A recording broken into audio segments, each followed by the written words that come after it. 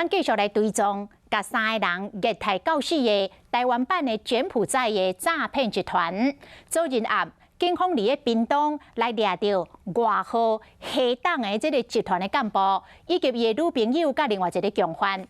因本地是打算要坐渔船走到菲律宾，结果走路进前，佫先到垦丁去耍4天3暝，都还袂赴走咧，就去互绑起来咯。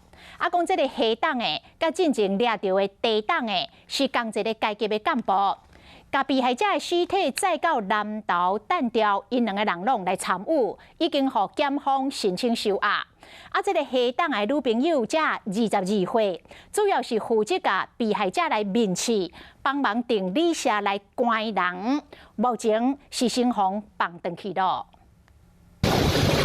头阿家家叫警察压起来，伊是台湾版柬埔寨诈骗集团的干部黑党的，后壁老长头长穿乌色小姐，是嫌伊8岁生了的女朋友。小姐捡掠到时阵，手个掼大包小包，捡掠到所在就伫咧垦丁民宿，因为因伫咧南台湾耍4天3暝，8号想要逃走去菲律宾当场捡掠。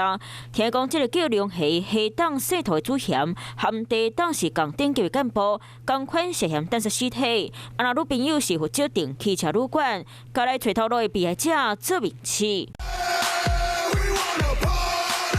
人面车破面车顶风神，黑党的女朋友身材真好，不过会所有气都早起真好。过去担任做头长的助理，当时检查替车行伫咧卖中古车，可能是因为趁无够，才会来甲人骗。